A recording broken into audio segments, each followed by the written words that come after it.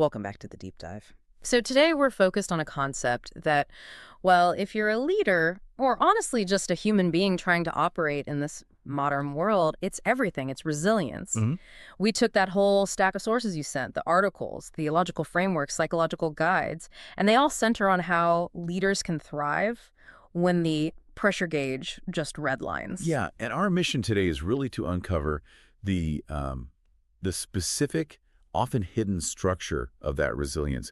These sources, they absolutely refuse to deal in, generic self-help. Right. They give you a real foundational roadmap for sustaining leadership through the most intense trials. And that could be anything from global market shifts to deep personal anguish. And the immediate hook here, the thing that really grabs you, is that the sources just challenge our default definition of the word. They do. When we hear resilience, we picture that stoic figure, right? We think sheer endurance, maybe stubborn grit, or just a refusal to break. We just equate it with toughness. Right. And that's exactly the problem.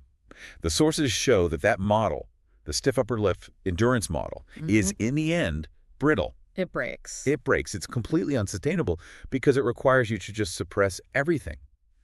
True resilience, according to this material, isn't rigid at all. It's dynamic. It's active. Adaptive. Fundamentally adaptive, yeah. It's about so much more than just surviving a temporary setback. It's about, and I'm quoting here, thriving through trials with clarity, courage, and purpose. Wow. It's actually leveraging that adversity to innovate and multiply your impact. Okay, let's unpack that redefinition because that changes everything. If resilience isn't just about being tough, why is cultivating this adaptive view so critical right now? Well, look at the landscape. It's all volatility, rapid tech shifts, moral complexity. Leaders who cling to that old, rigid model of endurance, they risk losing their influence, their health, their vision. All at once. In rapid succession. Yeah. They either become irrelevant because they can't adapt, or they become toxic because they refuse to process their own pain. So if the collapse isn't some big dramatic explosion, what's the usual starting point for a leadership failure? Is it always a moral thing? The sources are so clear on this. Most leadership failures, they don't start with a rebellion or some huge scandal. They start with what the material calls exhaustion. A slow burn. Precisely. It's that slow erosion of discouragement, the kind that's quietly managed on the inside rather than confessed and dealt with. So the leader's still showing up? Oh, yeah. Still present, still leading the meeting, still casting the vision. But inwardly, they've started to detach, emotionally, spiritually, just to get through the day. So resilience is that unseen architecture that keeps the whole internal framework from just weakening and collapsing. That's a perfect phrase for it, unseen architecture. And that reframes this whole thing. It's not just a behavioral skill, how I act, but a foundational necessity of who I am, which I think leads us straight to the theological anchor in these sources. It does. Resilience is presented not as a psychological skill, first and foremost, but as spiritual formation under pressure. It's relational before it's behavioral. And the analogy the sources use is really powerful. It's anchored in Psalm 46. The idea is that resilience doesn't come from stable circumstances. It comes from a stable refuge. Oh, okay. You read that psalm, and it just assumes everything is chaos. The earth is giving way. Mountains are falling into the sea. The circumstances are anything but stable. Exactly. But the leader stays anchored because their trust is in a refuge that cannot be moved. That is a huge distinction. So it means the leader is allowed to feel the chaos, to even acknowledge the fear, but their foundation doesn't shift. Absolutely. Which means resilience is not stoic toughness. It's not emotional suppression or pretending things are fine when they're obviously not. It's the capacity to remain faithful, teachable, and purposeful while you're under strain. You adapt, but you don't break your anchor. You adapt wisely, you flex your methods, but you stay anchored to your mission. So to bring these big ideas down to earth, the sources use some really insightful biblical figures to show different dimensions of resilience. Let's start with Job. Job. Whose suffering is described as mysterious, disproportionate, and devastating. Job is the ultimate example of a leader stripped bare of everything. Wealth, health, family, reputation. All of it. Gone. And what's so fascinating is that his resilience wasn't found in quiet endurance. No, not at all. He wasn't stoic. He refused to pretend he was okay, and he refused to find some neat, easy explanation for what was happening. Wait, so if he wasn't stoic, what did his resilience even look like? It was messy. I mean, it was expressed through lament, protest, and relentless engagement with God. Relentless engagement. I like that. He just kept showing up, kept addressing God as God. Even when God felt silent or absent or even hostile, he endured not because he found an explanation, but because he just refused to let go of the relationship. That's profound. For a leader today, that kind of suffering could be a recession that hits out of nowhere or a project that fails for reasons you can't control. The grief is real. And Job teaches us that being honest about that pain is resilience. Bottling it up, that's the path to collapse. Okay, next up is Paul. His trials were all about constraint. I mean, he spent years in actual Roman prisons. That should have been the end of his ministry. It should have been. But the sources say those prisons became platforms for influence. This is the perfect corrective to our modern idea of self-driven grit. How so? Well, we often measure resilience by how much we can do, right? How many hours we can work. But Paul's perseverance, it wasn't rooted in his own willpower. He wasn't just toughing it out. No. He writes that he presses on because he was held before he endured. His resilience flowed entirely from his relationship with God, from his calling. He saw his chains not as a failure, but as a new context for his mission. So resilience isn't measured by your freedom of movement. But by your fidelity to the mission, even when you're quite literally in chains. The modern version for a leader could be, regulatory handcuffs, a huge budget cut, anything that boxes you in. The mission stays the same, but the methods have to change. Exactly. Fidelity to mission, flexibility, and method. And finally, Peter, who didn't just have a setback, he had a complete public collapse, the 3-time denial of Jesus. This speaks to the inevitability of failure. Right, Yeah. It really does. And Peter illustrates the resilience of restoration. Yeah. The sources make a critical point here. Failure itself does not disqualify leaders. If it did, no one would be left. It's unprocessed failure that does the damage. That's the phrase, unprocessed failure. So what's the difference between just failing and that? Unprocessed failure is denial. It's deflection. It's just trying to work harder to make up for it without any real internal change. Peter's restoration in John 21 shows that grace is active. It's restorative. It put him back in the game. And it turned a deeply embarrassing public collapse into grounded, humble leadership. He could actually use his failure as an asset to help others. So moving from those case studies to the inner work, the sources talk about a subtle and dangerous trap for leaders. It's called performance-based identity. And this is the quiet killer of resilience. I mean, if a leader equates their fundamental worth with external outcomes, with metrics, with applause, their resilience is just incredibly fragile. So a bad quarter becomes an identity crisis. Instantly. The inner self is just constantly at war with the external metrics. And that's where the slow erosion we talked about really starts. So the only sustainable anchor has to be a God-given identity, something affirmed independently of what other people think.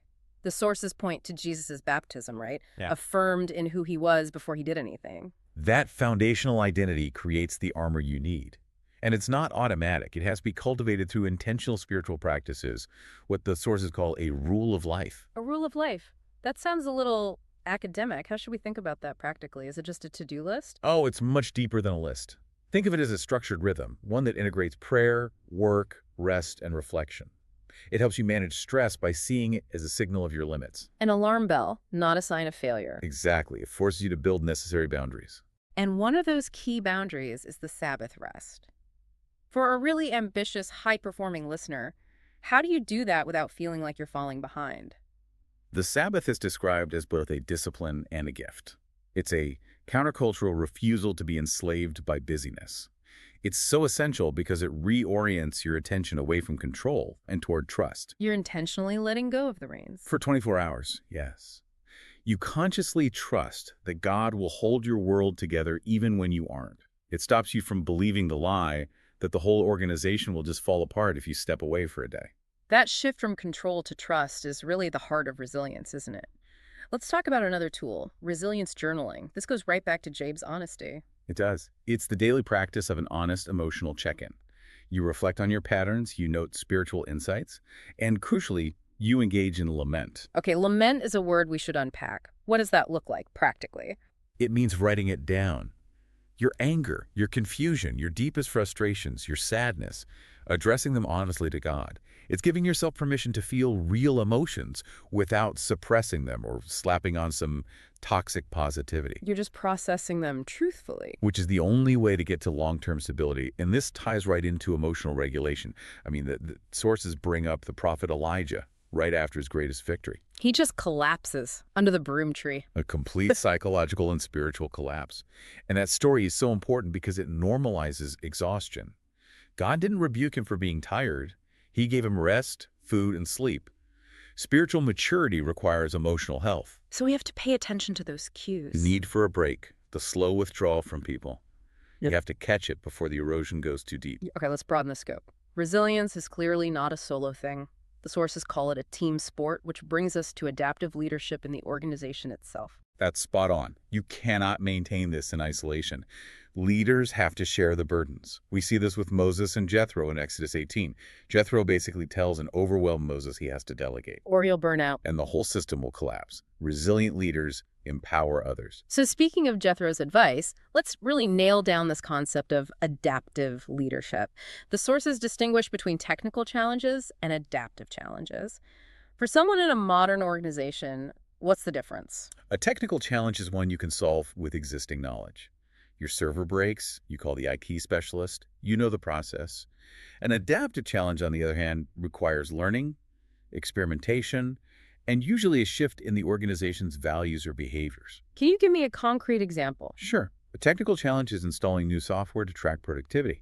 The adaptive challenge is realizing the team resists the software because there's a deep cultural issue of mistrust that needs to be addressed. So technology can't fix a trust problem. Exactly.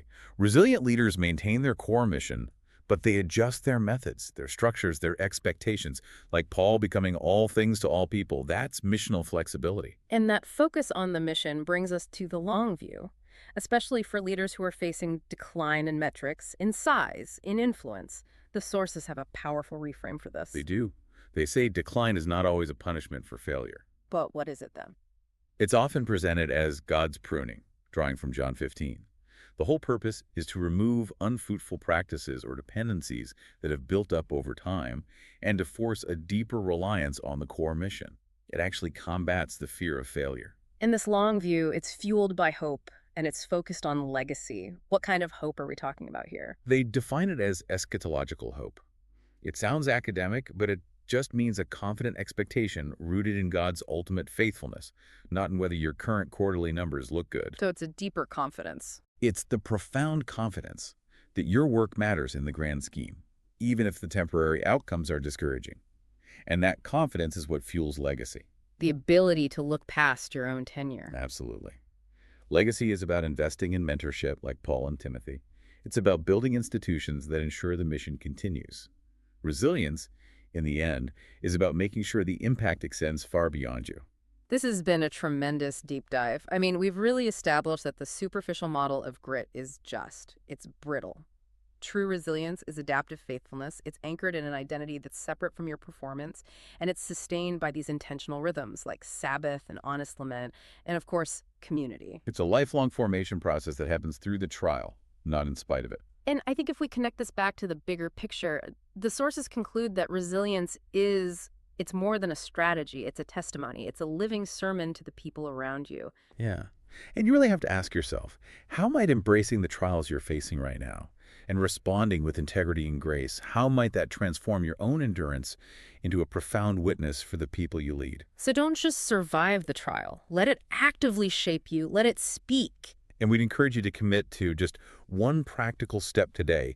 Maybe it's scheduling a non-negotiable device-free Sabbath this week, or maybe starting that resilience journal to just process things honestly.